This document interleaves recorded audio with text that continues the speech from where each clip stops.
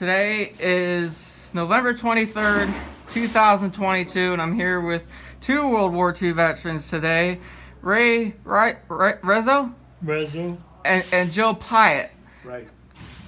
Ray, were you drafted or did you enlist? I enlisted when I come out of the high school. High school, enlisted, went to boot camp in Great Lakes. After boot camp, I went to, I had and got married out of boot camp. When I got out of boot camp, that's when I got married. How long were you at Great Lakes? Boot camp was, I don't remember how many, I think 16 weeks, something like that. They gave us tests and they sent me to service school at Great Lakes, Okay. right by the lake. As an electrician, another 16 or 18 weeks. Then from service school, I went overseas and took a boat to Pearl Harbor. From Pearl Harbor, took an airplane to Midway Island. On Midway Island, was there just about 2 years in a small boat basin. I never was on a ship, so I was a dry land sailor. I never seen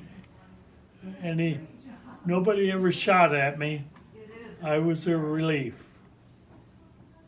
Did you ever hear stories from people who were in the Battle of Midway? No. I've seen pictures of it, movies of it, stuff like that, but no. Where did you go overseas? Like, what did you go like state you got out of? Was it California? Yes. Did you ever get seasick? Yes.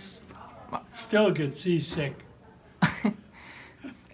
How long did it take you by boat to get to Pearl Harbor? To Pearl Harbor, I don't know what it was. From the States to Pearl Harbor, was an aircraft carrier. They didn't have any planes on it. They put cots and jumped hundreds of us over there at one time. Do you remember what the aircraft carrier was called? Do you remember what the aircraft carrier was called? No. But did it seem like it saw action? Or was it like brand new? No, it'd seen action. It wasn't new. Over in Pearl Harbor, I was there for a couple of months, and when they gave us weekend leave, you go down to Pearl Harbor and the streets looked like white with the amount of sailors in their white uniforms. It was a staging area that I was in. Did you ever meet any Pearl Harbor survivors while you were at Pearl Harbor? No. Okay. No. Pearl Harbor was one of the first battles of the Pacific. I was there at the end. The war was actually over when I was going over there. That was 1945, correct? Yeah. Yeah. So how old were you when Pearl Harbor actually happened? How old? I don't remember. Do you remember what you were doing and how you felt about it? Do you remember what you were doing that day and how you felt about it when you heard it? When they declared war, I must have been, 17 or something like that. Mm-hmm. About 17, and I heard it on the radio. Okay. Back then, we didn't have TV. heard it on the radio. So when the did you have any brothers who went into the war? Yes, I have a brother 5 years older than I was. He was a Marine. Yeah, and he got shot on Iwo Jima. Mm. He got shot in the leg when they were putting the flag up. They were on the top of the mountain. He was driving a truck at the base of the mountain and got shot in the leg. Wow, that's interesting. Yeah. They sent him back home, and as rehabilitation for getting shot in the leg, they had him walking recruits, Mm-hmm. training them to march. So he'd have to keep moving that leg. That's my older brother. Were you still on Midway Island when they dropped the bombs on Hiroshima and Nagasaki? No. Where were you at? Was I there? I don't know. They dropped the bomb in August of 1945. I was August 40. I don't remember where I was. I don't remember. It's okay. How did you feel? You got to remember, I'm 95. He's 95. Well, you both look good for 95 years old. Yeah, we're both pretty good. How does it feel talking about your service during World War II? What's this? How do you feel about talking about your service during World War I II? don't think I did that much. I was over there to relieve these guys. Does it bring back any emotions? No. When I was on Midway Island, I'll be honest, I kind of enjoyed it. It was a South Sea island, warm, never got cold. Midway Island is 2 square miles, 7 feet above sea level. I was in the small boat basin. I was electrician for their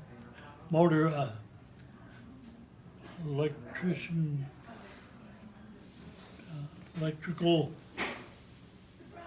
striker, and I made 3rd class when I was there. Electricians mate 3rd class. Electricians made 3rd class. Okay. Did you make any friends while you were on Midway? Did I make any friends? The friends who were there, I did. But lasting friends, no. Yeah. No. Well, No. all right. So I think that's all the questions I have for you. I can go over to Joe. All right. Were you drafted or did you enlist? I was drafted. And what year was that? 1945? 1945. Okay. I turned 18 in February of 1945, and I had to sign up for the draft. They gave me an extension to complete my high school. I graduated from high school in the first week of June of 1945, and on June the 1st of 1945, I had a report for a pre-induction physical. So I wasn't even graduated yet, and they already had me my physical exam down at the induction center in Chicago. I passed the exam, and on the sheet of paper I gave you, it's got the date that I was actually inducted into the Army. Okay. I took my physical in Indianapolis. Okay, so were you sent for training? I spent a week at Fort Sheridan getting clothes, a lot of other orientations and things. And then we were loaded into a troop train. We had 8 cars, 8 coach cars, and a mail car. There was approximately 450 troops on that car going directly to Camp Roberts, California. Camp Roberts is about halfway between Los Angeles and San Francisco. Okay. And that's where I had infantry basic training. Of course, during that period, the war in Europe was over. But on the day that the atomic bomb was dropped, we were all, when the news got back to this country, we were all brought out onto the parade grounds. There must have been 1,000 troops that were out on the parade grounds when a general made the announcement that the atomic bomb had been dropped.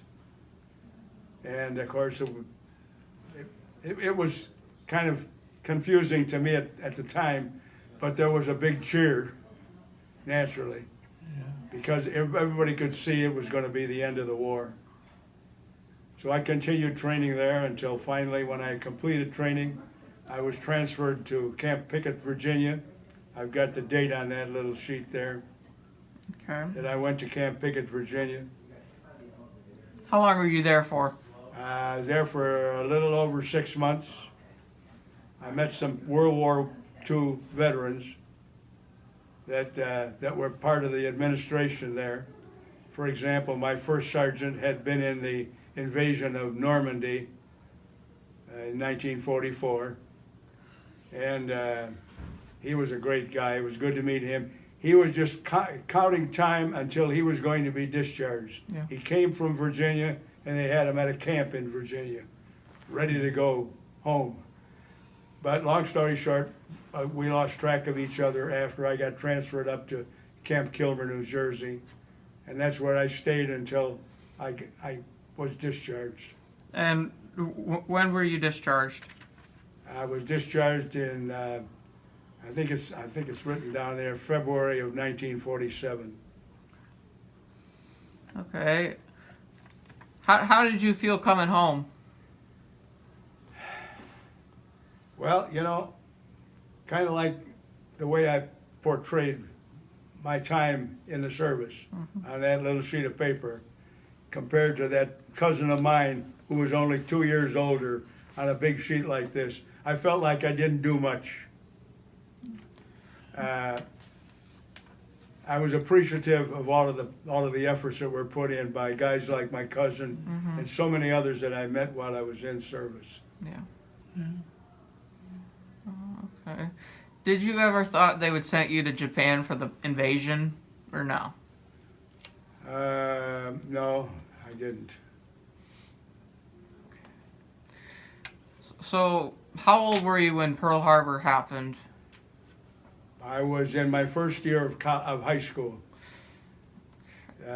Pearl Harbor was December 7th, 1945.